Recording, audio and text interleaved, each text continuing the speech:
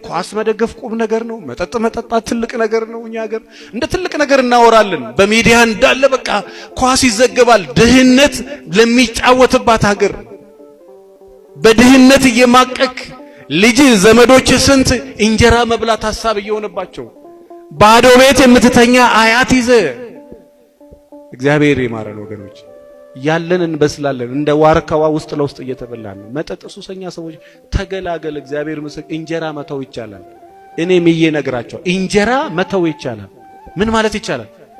ቆራጥ የሆንክ ቀን እንኳን መጠጥ ቀርቶ እንጀራ መተው ትችላለህ። ከዝሙት መገላገል ከፈለግሽ የቆረጥሽ ቀን እንኳን ዝሙት ቀርቶ አንድ የዛሬ 4 ዓመት ምናማክራት በጣም ረጅም ዓመት ሞከረች።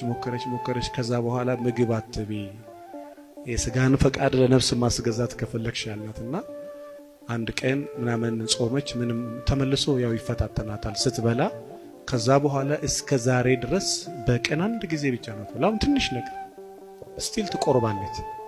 እግዚአብሔር ባል እስኪ ሰጠኝ ድረስ እንኳን ዝሙት ቀርቶ የወንድ ልጅ አፍ አልነካም ብለ ያው ከቆረጥክ እንደዚህ ነው መቁረጥ። በሕያው እግዚአብሔር እምላለሁ ከዛሬ በኋላ